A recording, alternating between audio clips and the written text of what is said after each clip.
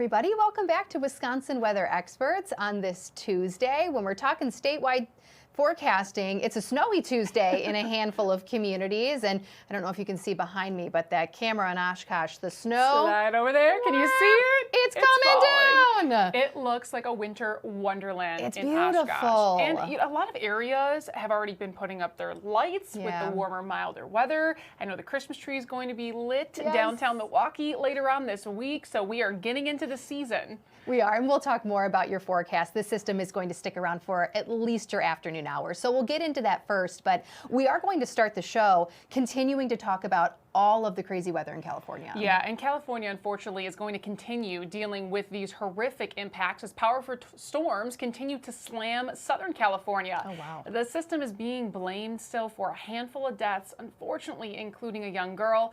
Again, we talked about this yesterday, but for those who are maybe just catching up, it's known as an atmospheric river that moved across the state over the weekend and continues to still impact California this week. It hit many areas that were impacted by wildfires earlier this year, sparking fears of mudslides. More rain is expected, and some of it is also threatening other parts of the state impacted by those wildfires. We've been talking and watching some of the talk of those scar-burned areas where the water is just not being retained into the ground. Right, exactly. And now the Angeles Crest Highway shut down because of mudslides. This video came into our sister station, Fox 11 in LA. A mudslide covered all lanes of traffic near mile marker 27. Now that driver had to get out and walk to call for help. Thankfully, no one was hurt. It's not clear how long the highway will be closed. My goodness. All right, and then another storm slammed the San Francisco Bay Area overnight. In addition to the wet morning commute, the storm also knocked down trees, as you can see right here. Big trees, as you can see. Wow. Crews were out this morning in several areas clearing trees that, in this situation, actually blocked one of the area roads. So just, again, a mess. They are feeling the impacts from these storms. I mean, those crews just aren't getting a break. From wildfires, which they're still battling in some portions of the state, to the mudslides, to now some of the storm damage, flooding and rescues. I mean, really applaud all of the EMS people out there who are putting their lives at stake, too, just to make sure people are safe. Absolutely. Well, it's not just rain either. Soda Springs, California experienced their first snowfall of the season Monday with over 5 inches. UC Berkeley's Central Sierra Snow Lab released this footage, adding that they expect to get another 3 to 4 inches throughout the day. A winter weather advisory was issued for higher elevations out west, which Stephanie talked about yesterday if you tuned in with us. Some locations above 6,000 feet are seeing up to 2 feet of snow. It's what they want, though. I know, right? Brings a lot of tourists. Well, you know, we're also going to take you a little bit further up north. Snow, cold. Typically think about that in portions of Alaska, but we're taking you way far up north in Alaska in the town of, can you bear say with me here, Utqiagvak. Steph, how do you think it's Utqiagvak. We're human too, yes. Google pronouncers. Yeah, right? That's about 500 miles northwest of Fairbanks. So the sun will set there tonight and won't rise again above the horizon until, get this, January 22nd of next year. That's a total of 64 days with no sunlight at all due to the tilt of Earth's axis. This is known as the polar night across the Arctic Circle. About 4,400 people live in that town. The lack of sunlight and daytime heating will cause temperatures to plummet and also can impact people's mental and physical health. We were talking about that yesterday. You know, we're getting into the time of year where we have less daylight. Sun sets later, or sunsets earlier, sun rises later, and it's hard. I'll have to look up the population of that area because you'd have to think it's not very high. No, but 64 days without daylight, can you imagine? No, I absolutely could not. Now, the question though, would you rather have days without daylight or days without darkness, like some areas experience in Europe? Without darkness, absolutely. You think so? Yeah, daylight all day. I would do that for sure. Hard to sleep, though. It is hard to sleep. I do have family in Sweden. When we stayed there, we had a lot of sunlight, and we couldn't go to sleep, so we had to have all the room darkening shades, and even then it was still hard. Wow. So, I don't know. It's amazing. We're lucky here. We have the best of both worlds. We do. All right, well, now heading over to Arizona. This is one of my favorite pictures beautiful. to show whether it's fall or whether it's winter. It's not just rain in the high country. There's been snow over the past few days. This is from the Arizona Snow Bowl, getting a few inches with more expected this week. And that is good news since the Flagstaff ski area is opening for the season on Friday. It feels like it's winter. It's cold, it's gloomy out, and it's feeling like winter's finally here. I love it. Skiers are hoping for another record-breaking season. The 2024 ski season lasted 185 days, the longest ever at Snow Bowl. Wow. Well, Beautiful. I love seeing the snow. Never been skiing. Have you, Steph? I have not. Okay, so maybe we'll have to put that on our No. bucket list this year. Yeah, I think so. Well, it's not all good news in Arizona, though. The city of Phoenix says crews are actively working on the Echo Canyon Trail to secure that area. Echo Canyon has been shut for weeks due to storm damage, and there is still no firm reopening date set. Not good news, especially with a lot of people out in that area liking to get out in nature, but hopefully they'll be able to fix some of those trails soon. Yeah, absolutely. Well, they are dealing with flooding overseas as well. Clearly, there's a lot of weather going on right now. So heavy rain caused severe flooding in parts of northern Italy yesterday as officials issued a warning for 6 regions. Yeah, aerial footage captured this over the city of Roman di Sanzo. It shows that roads and green spaces submerged and homes being surrounded by floodwater. A boy and an elderly woman were reported missing after 3 buildings collapsed in the Providence due to a landslide. Ugh, not good to see those images there. Oh, and now over to the Philippines. The weather turned political, unfortunately, as hundreds of thousands of Filipinos are protesting a massive flood control corruption scandal. So about 320,000 members of the Church of Christ in that area launched a 3-day rally in Manila. They are outraged following reports that thousands of government flood defense projects were incomplete, substandard, or simply never built. So construction executives and government engineers have testified that lawmakers and public works officials took bribes to secure contracts. Now, the scandal comes as 2 recent typhoons left at least 259 people dead, underscoring the urgency of reliable flood protection. I hope that all gets figured out. Yeah, and we're going to continue to talk about not only flooding, but landslides, mudslides, as multiple landslides triggered by heavy rain have killed at least 7 people in the central highlands of Vietnam when a landslide covered a bus that was traveling on a mountain pass on Sunday. Heavy rain also caused landslides and flooding in mountainous areas of Hue City, which blocked a main highway and cut off several villages. Heavy rains are drenching central Vietnam, which was just hit by a typhoon. Rain is expected to reach between 12 and 24 inches through Wednesday. Wow. Lots of rain there, and we've been dealing with our own little fair share of rain, maybe some snowflakes mixing in depending where you are in the state. It does. It depends. If you're northwest of Milwaukee, you probably saw at least a few snowflakes this morning. And look at this. Now, this is our Oshkosh camera we showed you at the beginning of the show. Beginning of the show, those roads, Lisa, you can vouch for me, those roads were clear, which means this is coming down at a good clip right now. Visibility is clearly reduced. And I do think parts of at least Milwaukee's viewing area, Fond du Lac, Sheboygan counties, it may not be this heavy, but there is more snow than wintry mix right now. So even in areas north of Milwaukee, there is some snow at this hour. This is one of the active parts of the country right now. The storm system still across parts of central southern Wisconsin into Illinois and then points out towards the west. Unfortunately, California and now parts of Arizona, so the southwest, dealing with more rain, more high wind. So there are several parts of the country really dealing with active weather at this point in time. We're of course going to start close to home.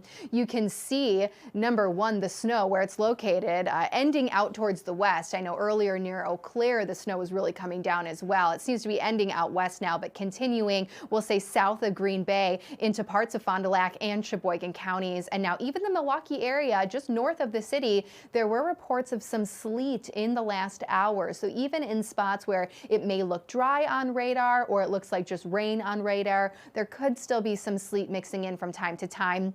but definitely some lower visibility towards Fond du Lac and Sheboygan, and especially the Oshkosh area, where you're seeing some of those, darker purples showing up on radar, likely indicating some decent snow at this point in time. And northern Ozaukee County kind of getting in on some of that as well at this point. Now, the winter weather advisory actually looks like it's been extended towards the east, probably based off of how heavy the snow is across Oshkosh right now. So everybody in purple here, again, north of Milwaukee's viewing area, but just north of us. In fact, we'll have to look at Manitowoc's cameras. I know we have a few there. It probably is coming down right now as well. Under that winter weather advisory for messy travel, maybe a few inches of slushy snowfall accumulation through the afternoon, but primarily on grassy surfaces. Now down towards the south, there's some heavy rain falling across southern Ohio, parts of the Virginias. You can see it into Kentucky as well. And there is actually a marginal risk for severe weather. This is fairly rare for this time of year. Down towards southern Illinois and Indiana, as well as Kentucky and northern Tennessee. So we'll say the mid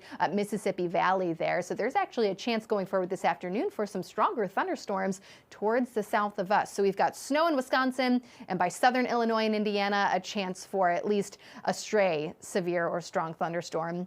Now off towards the west, you can see the rain still falling across California as well as Arizona. Higher elevations still expecting to see some snow even into parts of Nevada and those Four Corner regions. And then you can see the flooding headlines, that flood watch still in effect, and those are expected to stay in effect at least through today, if not even into tomorrow. And now in quiet and dry parts of the country, look at this, the southeast. Look at all of these special weather statements for fire danger starting to fill in. So truly a little bit of everything at this point in time. Now bringing you back to Wisconsin, so just a reminder again, this system is still going to be with us here through the afternoon with that area of snow and wintry mix north, but towards the south, especially Milwaukee and southward, just a little bit more in the way of some drizzle or maybe some light rain. Now, unfortunately, cloud cover is still going to be with us statewide throughout Wednesday, and late Wednesday night into Thursday morning, a system is expected, as we switch over to this next model, to bring in a little bit more in the way of rainfall. Potentially, it may end up staying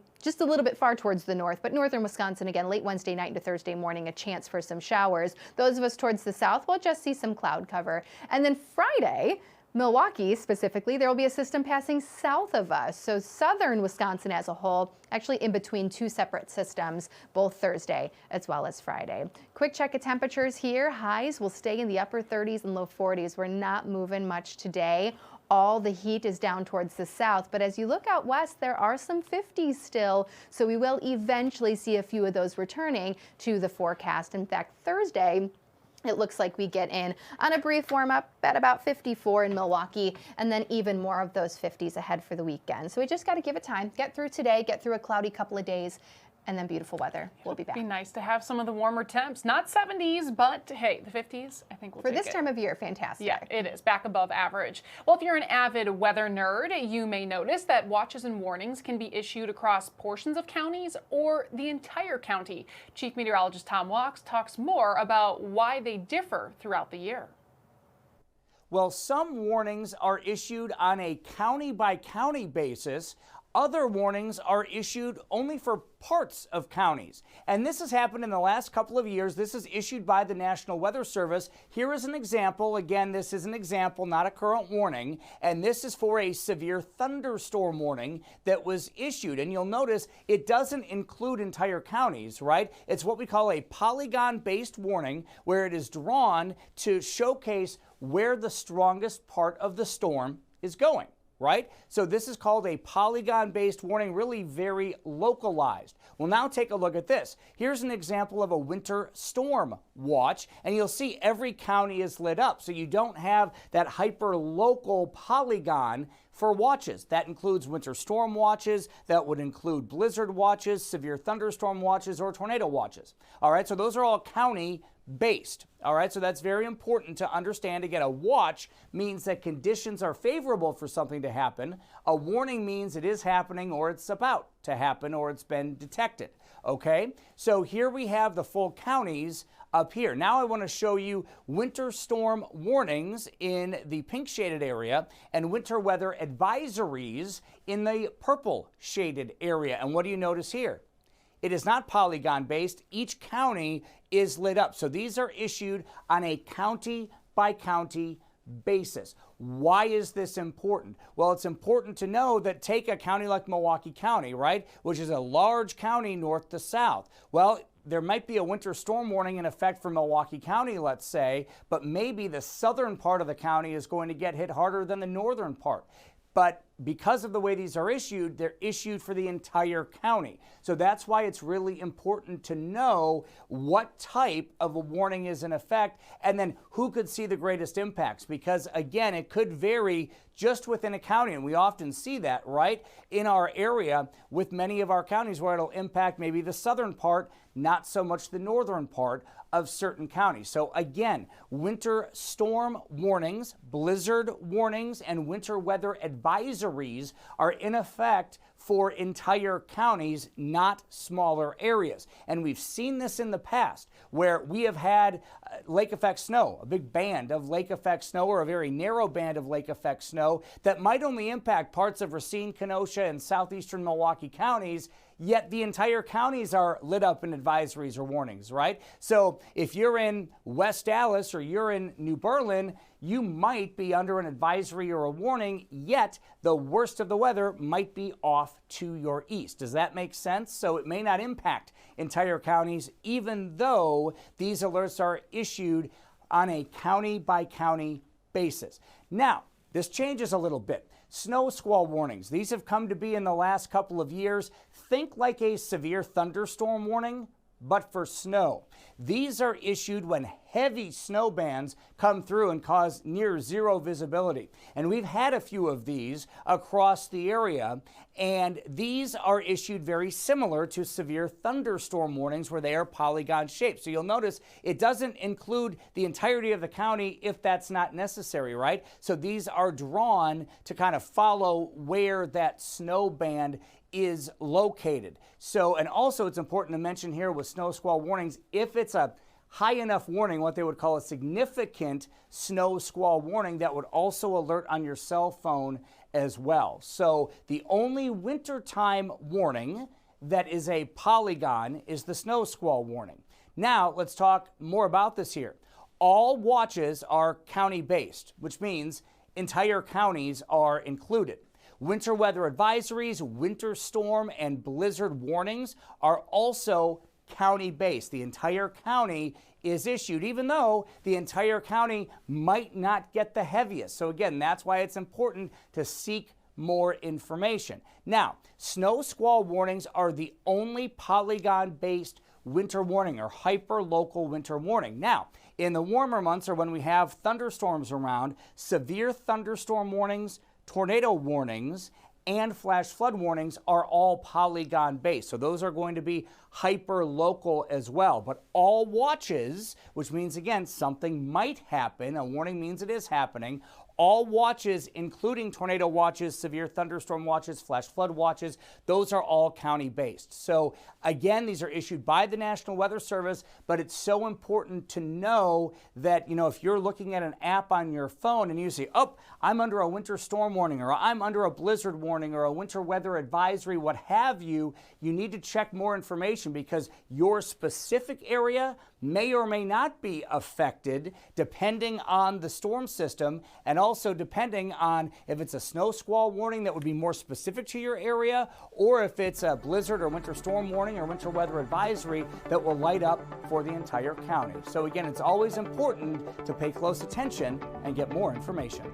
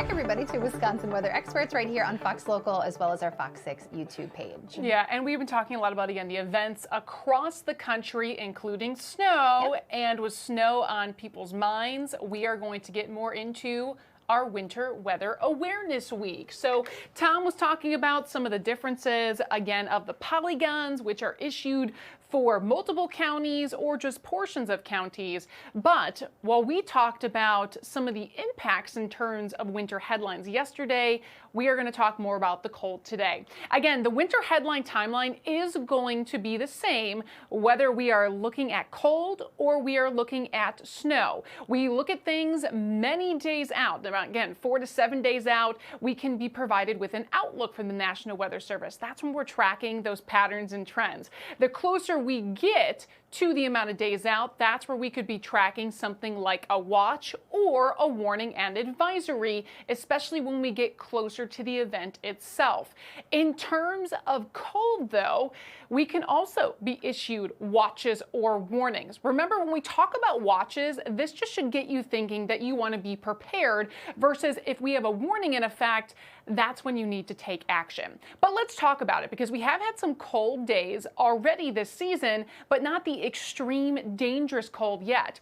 An extreme cold watch is when dangerously cold air and wind is possible within the next 12 to 48 hours.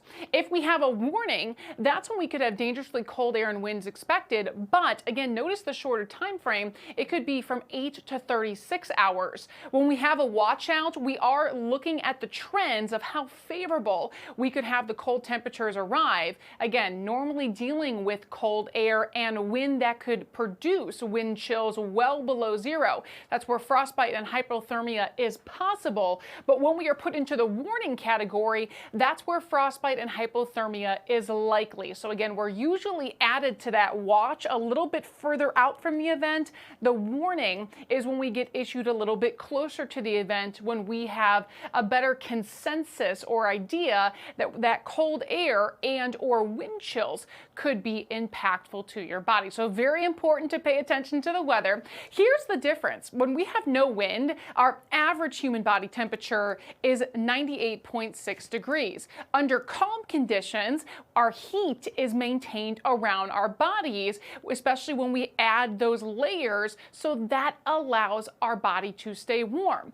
In a different scenario, though, when we talk about wind chills and extreme cold, under windy conditions, notice our body temperature will be dropping to 95 degrees or colder. And while that may not seem like a big difference, it is, because the wind is blowing that heat away from our bodies, allowing our temperature to drop, and we feel that chill that can cause hypothermia and or frostbite to exposed skin. So we are continuing again to talk about the hazards of winter weather. While we're not dealing with the extreme amounts of it yet, we will be tracking that for the upcoming months. Again, it's Winter Weather Awareness Week. We're going to talk more about it every day this week.